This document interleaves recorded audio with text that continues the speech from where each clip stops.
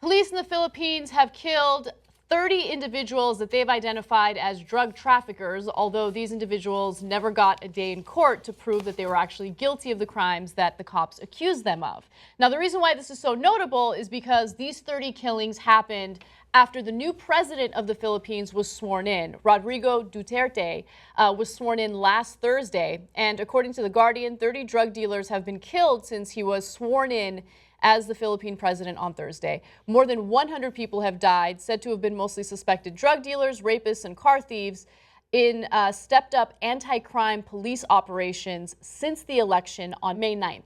So the reason why the 30 killings is relevant is because Duterte has been very open about his support for vigilante justice and his support of going after drug kingpins or drug traffickers with any strategy or possible, right? So he doesn't care if there's due process. He doesn't care if they ever see a day in court. He wants them off the streets. Now, there's an issue with that because you want to make sure that someone is proven guilty before their life is taken away from them or before they suffer any consequences.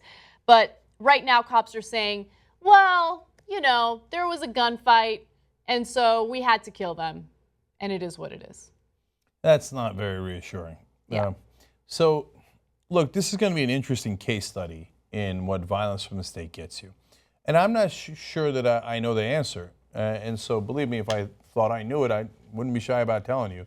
And it's possible that he murders enough people that they go, oh, okay, you know, don't mess with the cops. They're the biggest gang there is. And drug dealing goes down for some period of time. You're never going to end it because you're not going to end the demand. So somehow the price of the drugs will go up because it'll be costlier and more risky to sell them. You know, it'll go more underground, but somehow people will get the drugs. But it might quell it for a little bit of time. I don't know. Or what it could do is violence begets violence. Yes. Yes. So then you brought, you basically told the drug dealers you brought a knife to a gunfight. So you know what they're going to bring? A gun. And then you're going to bring an assault rifle, and they're going to bring an assault rifle, and round we go. So let's see. I don't know that it's going to devolve to that right away. I think there's a great number of factors that might decide that, but it might. Be careful when you unleash that kind of violence. It's really incredible how often world leaders just basically neglect and ignore case studies that we have currently, right? So we've had this war on drugs in the United States for a very long time, and it hasn't succeeded. It hasn't been as violent as what we're seeing in the Philippines right now, but it doesn't work. It doesn't matter if the government is super aggressive, going after these drug dealers and these drug traffickers. They will find a way to sell these drugs. And one of the best things you can do is legalize and regulate it to help those who are addicted to it. So these alleged drug dealers were selling methamphetamine, right?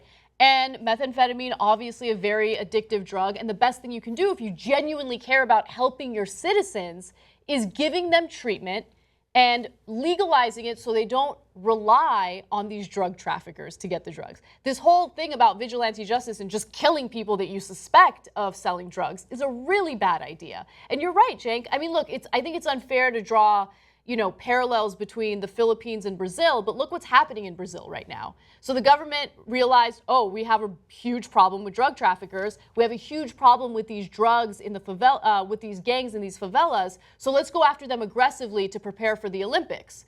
And what's happened? Backfired. Exactly.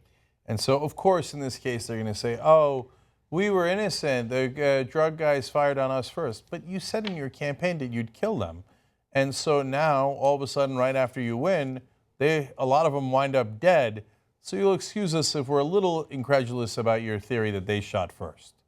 So I'm sure in some cases they might have, but there's going to be a lot of shooting going forward. And let's just hope it doesn't devolve into total chaos.